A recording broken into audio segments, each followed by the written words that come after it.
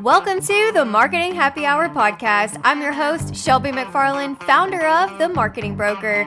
Join us as we dive into marketing tips, business insights, and creative strategies to help your brand stand out. Whether you're an entrepreneur or a marketing pro, grab your drink and let's make marketing fun and effective. This is the Marketing Happy Hour podcast. Let's get started. Hey y'all, what's up? It's Shelby. Welcome back to your favorite marketing podcast. Today we're doing something a little different. I love to educate you guys. I love to talk about all things like what's going on in my life, how am I doing marketing for certain industries, or how I'm doing marketing for certain clients. But today, and if you're watching this on YouTube, you get to just watch me read. But we're going to talk about one of my favorite chapters in my book, Market Like a Boss. It is chapter 3 called No Budget, No Boss Moves. It's all about what kind of budget you need for your marketing. So I think this could really help you guys. And I'm just going to go through here, read, and then if I decide to talk a little bit about that section, I will. And then I'll just kind of close at the end. But this is just one chapter out of my book, Market Like a Boss. And if you like it, then you can always purchase it on Amazon, or you can holler at me and I will send it to you as well. So as someone who runs a professional marketing agency and has worn the salesperson hat more times than I can count, let me be blunt here. Few things are more frustrating than sitting down for a consultation with a business owner who asks one question only. So how much does it cost? Now, it's not that the question itself is bad, but in most cases, what they really mean is, what's the cheapest way I can get by? They're not asking, how much should I invest in growing my business? They're measuring my value against a number they made up in their head instead of starting from a realistic budget tied to their goals. But the truth that people seldom factor in is, if you don't have a marketing budget, you're not running a business. You're dabbling in a hobby. You may have been guilty of this yourself as a new business owner. Your mindset is all about making as much money as you can without spending it, right? And I'm not saying that to be harsh. I'm saying it because I've seen the difference. Successful businesses treat marketing like fuel in the tank. You can't just coast along on fumes and expect to reach your destination. If you want to be noticed, remembered, and chosen, you have to invest in the visibility that gets you there. When you skip that, you're relying on hope. You're waiting for customers to magically find you instead of putting yourself directly in their line of sight. Think about it. A business without a marketing budget is like a restaurant with no sign out front. Sure, a few people might wander in, but you'll always be fighting to fill the tables. Now compare that to a restaurant across the street. They have a sign, they run weekly specials on social media, they sponsor the local Little League team, and when you Google best lunch spot near me, they show up on page 1. As someone who eats lunch every day, which one are you walking into? That's the difference between a business that invests in marketing and one that doesn't. One is visible, discoverable, and trusted before you ever set foot inside. The other is invisible, forgotten, and wondering why customers never show up. The number one complaint I've heard again and again is, why aren't customers hiring me or buying my product? Well, if you've ever felt this way, you're not alone, I promise. In fact, I challenge you, just as I've challenged countless others, to really dive into this chapter and see how clear marketing strategy and budget can make sure you never have to ask that question again. If you're serious about growth, you can't push this into someday or when things pick up. If I had $1 for every time someone told me, I'll hire you when our busy season hits, I'd be on a private island sipping coconuts right now, y'all. The truth is, you have to invest in marketing during the slow season if you want your busy season to actually stay busy. Marketing can't be something you start and stop. It has to be ongoing, the tool you use all year long to grow your business, your brand, and your sales. You have to put your money where your mouth is now. Until you do, you're just dabbling, and dabbling won't keep your brand in front of customers long enough to build trust, authority, and consistent sales.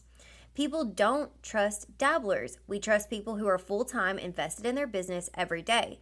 We know they're going to show up and do the job they promised. Marketing helps us get that message across to the one who are interested in our service and product. We've all heard it, but here's the part that most people miss. The money has to be spent intentionally. You can't expect your business to grow, attract high-quality leads, or build brand awareness without putting real dollars into reaching people. I've seen it play out a dozen of times. The owner wants growth. They want more customers, but they're scattering money in every direction with no plan, boosting a random post here, running a one-off ad there, without a clear objective or way to measure the results. The worst one to hear is, "Oh, I've always wanted to see myself on a billboard, so I just rented one for 6 months." A real marketing budget is a commitment. It's saying, "I believe in this business enough to back it with resources," and in making every dollar work for you with strategy, consistency, and measurement. Like being a sniper in a battle instead of the guy wasting ammo on shadows, or an architect with blueprints instead of someone stacking bricks hoping for a house. The hope and pray method versus the plan and play method. Imagine a business owner who's dabbling in marketing their business for a couple years. They boost a Facebook post here and there, sponsor a small community event, maybe even run a random ad in a local magazine. All told, they've spent a few $1,000s, but none of that has been consistent, connected, or tracked. No plan, no strategy, no way to measure what's actually working.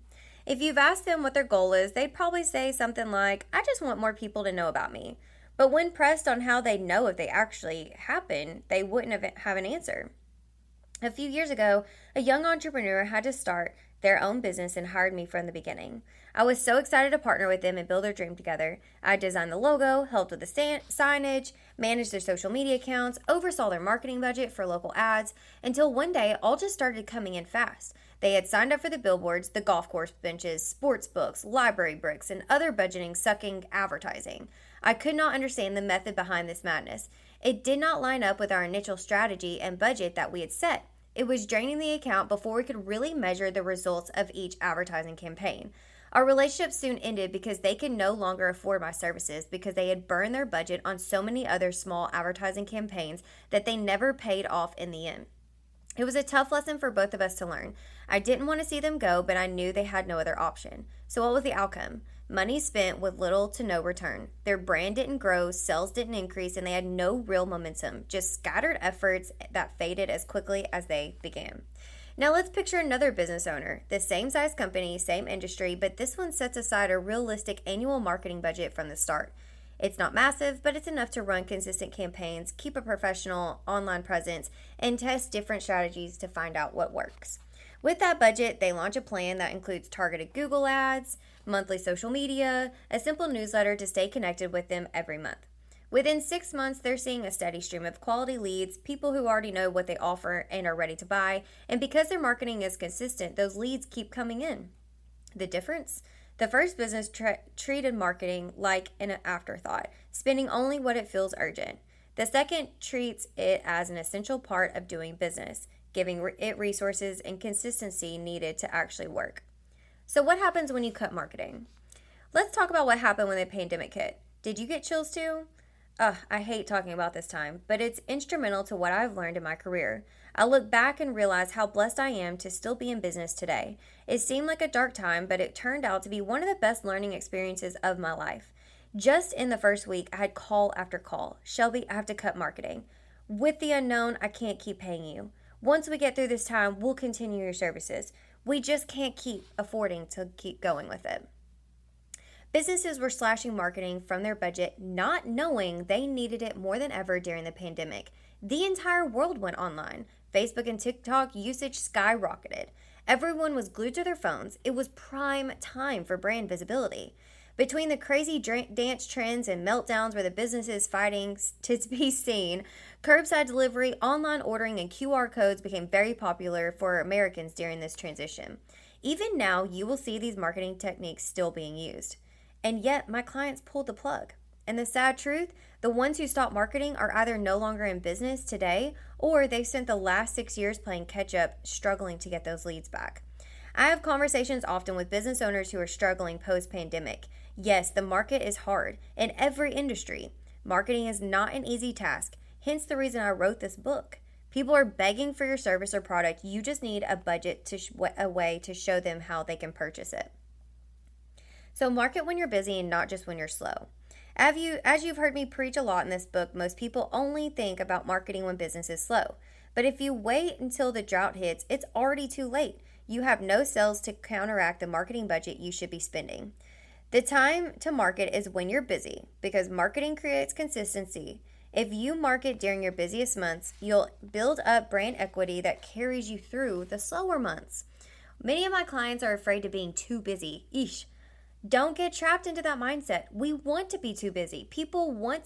We want people to have to schedule out with us. This creates credibility of your services and makes people want you even more. In my sign business, I know my two busiest seasons are January to February and May to July. I'm slammed during these months. I have my guys scheduled out every day for installs or production. When we get one job completed, it's on to the next. But that doesn't mean I stop showing up online. I schedule my social posts, push out content for finished products, and keep the market rolling because it keeps my brand top of mind during every season of the year.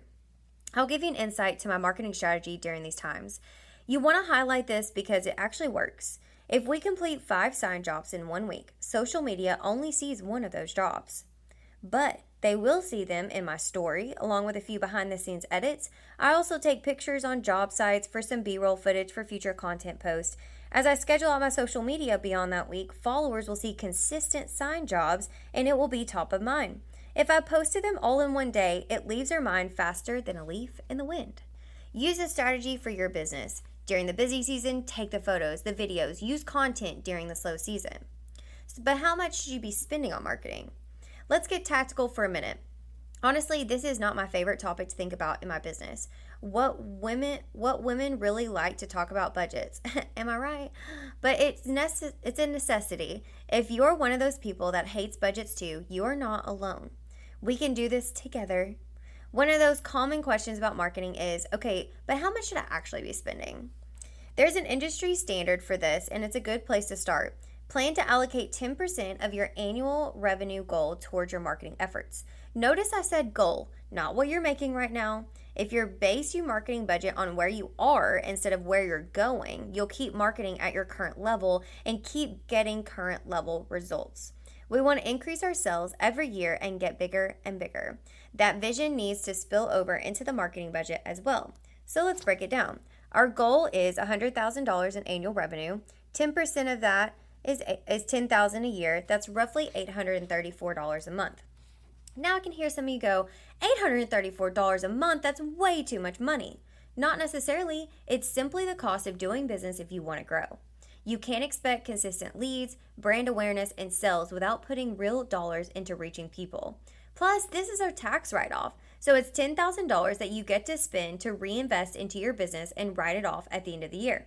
That's $834 isn't just disappearing into a black hole. It's a fuel for things like social media management or ads, print advertising, signage, business cards, booths at expos or vendor events, and chamber memberships and sponsorships. And let me be clear, $10,000 a year is nothing compared to hiring an in-house marketing person, which can cost $85,000 to $100,000 a year in salary alone. You get to add in payroll taxes, PTO, desk supplies, and a bad attitude on top of that. The first step is done. We now know how much we want to spend on marketing based on our annual revenue. The next step is learning how to use that money. That's when the big, scary number starts to make sense to you. You don't want to throw all of your budget at one idea and hope for the best. And if you also don't want to spread yourself too thin across dozens of random tactics that nothing gets the attention if it doesn't work. That's why I use a simple framework to help business owners balance their marketing investments between what's proven, what's worth testing, and what's bold enough to grab attention. I call it the 70-20-10 rule, and once you understand it, you will never wonder how to allocate your marketing dollars again. 70% is what already works. The majority of your budget should go to strategies that have a proven ROI for your business. Ask yourself, what consistently brings in leads, sales, or opportunities? It might be local networking events, vendor expos, Facebook ads, community sponsorships, etc. This is your bread and butter. Don't get distracted by the next shiny thing if your current methods are bringing in results. Double it down instead. Keep your ads consistent and your branding on point. We want the message to be the same all across a reliable source of advertising your business. 20% is what you're testing. The next 20% of your budget should go to something new but informed ideas. These aren't random shots in the dark. They're experiments with a clear reason behind them. Maybe trying Instagram Reels or TikTok to reach a younger audience, updating your email marketing strategy to re-engage past customers, running a giveaway or content to boost the engagement, and maybe even hiring a freelancer to create the content that really elevates your brand. This is your low-risk innovation category. You're not betting the farm, but you're giving yourself room to adapt and grow. I would suggest that you hire a consultant or research the testing methods before spending your hard earned money in this area. So, the last 10% is what's crazy or bold. Finally, reserve 10% for your wild card ideas. These are things you'd never greenlight if you had to justify them on paper, but it might be something that sparks what people will start talking about. It could be pulling off a creative stunt you think that might go viral, starting a niche podcast in your industry, renting a billboard in an unexpected location, or hosting a branded pop-up experience that make people really stop in their tracks. You might not see an immediate return from this category, but if it works, it could graduate into your 70% next year. The beauty of the 70-20-10 rule is that it keeps your marketing balanced, safe enough for you to sustain, experimental enough for you to evolve, and bold enough to surprise you. But why does this matter for marketing agencies and you? If you come to a marketing agency with no budget, we have nothing to work with. It's like asking someone to build your dream home with no blueprint and no materials. I can't create a proposal if I don't know your budget, and most importantly, I don't know your expectations. When you have a clear marketing budget, you make your agency's job easier, you set realistic expectations, you avoid sticker shock, and you get better, more strategic proposals. It also gives you clarity and control. You're not just reacting, you're actually planning for growth. Treat your marketing like an investment. If you're not setting aside money for marketing, you don't have a business, you have a hobby. So here's the framework. Set a revenue goal. Take 10% of that goal. That's your marketing budget. Use the 70-20-10 rule. And marketing isn't something you do when sales are slow. It's the thing that keeps sales from getting slow. Marketing isn't an expense. It's an income generator. If you do it right, it multiplies your money. But here's the thing. A budget alone, it won't save you. You can spend every dollar wisely or waste it completely, depending on what you do next. Because without a plan, even the best budget is just a spreadsheet, and that's where most entrepreneurs go wrong. All right, guys, that was chapter 3 in my book, Market Like a Boss. I hope you take that information. Let's set those goals. Let's think about this year. If you're listening to this in 2026, we still have time to break that down per month and then see what we can put back into our business for the rest of the year. And if you want to learn more about it, you can purchase Market Like a Boss on Amazon, or you can go to my website. I'll catch you next week, guys.